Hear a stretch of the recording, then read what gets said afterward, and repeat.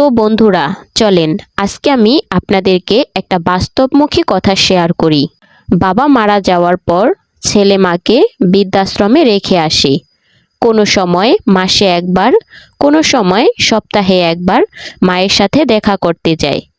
একদিন বৃদ্ধাশ্রম থেকে ফোন আসে যে আপনার মা অনেক বেশি অসুস্থ, আপনার মায়ের সাথে তাড়াতাড়ি দেখা করতে আসুন। তখন ছেলে বৃদ্ধাশ্রমে তাড়াতাড়ি চলে আসলো।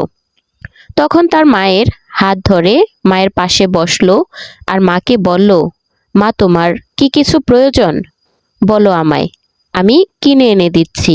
তখন মা একটু হেসে বলল যে বাবা, আমার কোনো কিছুরই প্রয়োজন নেই, কিন্তু আমার কিছু কথা মনে আছে যেগুলো আমি তোকে বলতে চাই। আর আমি চাই যে কথাগুলো তুই কোনো খাতায় লিখে রাখ। তখন ছেলে বলল, হ্যাঁ বলো, আমি লিখে রাখছি। তখন মা বলল যে বাবা, এই বৃদ্ধাশ্রমের জানালাগুলো দিয়ে অনেক বেশি ঠান্ডা হাওয়া বসে। এখানে থাকা বুড়ো বুড়িদের অনেক বেশি কষ্ট হয়। আমি চাই এই জানালাগুলোর মধ্যে তুই একটা পর্দার ব্যবস্থা করে দিস। আর বলল, এই বৃদ্ধাশ্রমে তুই ঠান্ডা পানির ব্যবস্থা করে দিস, কেননা গরমের সময় সে গরম জল দিয়ে তৃষ্ণা মিটে না। আর এখানের খাওয়া দাওয়ার ব্যবস্থা তো অনেক খারাপ।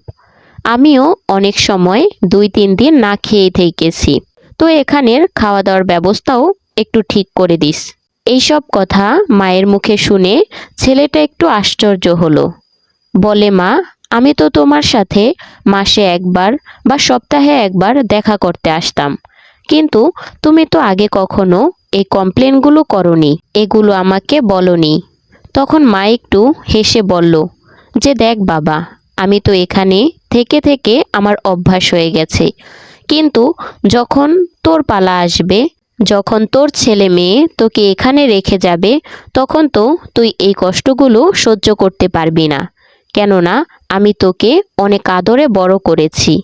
তো বন্ধুরা, কর্ম কখনো সোজা হয় না, কর্ম চাকার মতো হয়, যেখান থেকে শুরু হয় আবার সেখানেই শেষ হয়। জীবনের একটাই নীতি, জীবন আমাদের একটাই কথা বলে, তোমাদের যা ইচ্ছা করো, তোমাদের যেটা মন চায় সেটাই করো, কিন্তু সেই কর্মের শাস্তি পাওয়ার জন্য রেডি থেকো। তো বন্ধুরা, ভিডিওটা ভালো লাগলে লাইক কমেন্ট শেয়ার করে চ্যানেলটি সাবস্ক্রাইব করে পাশে থাকবেন। আর হ্যাঁ, নেক্সট কি রিলেটেড ভিডিও চান সেটা অবশ্যই কমেন্টে জানাবেন। দেখা হচ্ছে পরবর্তী কোনো ভিডিওতে। সেই পর্যন্ত ভালো থাকবেন, সুস্থ থাকবেন। আল্লাহ হাফেজ।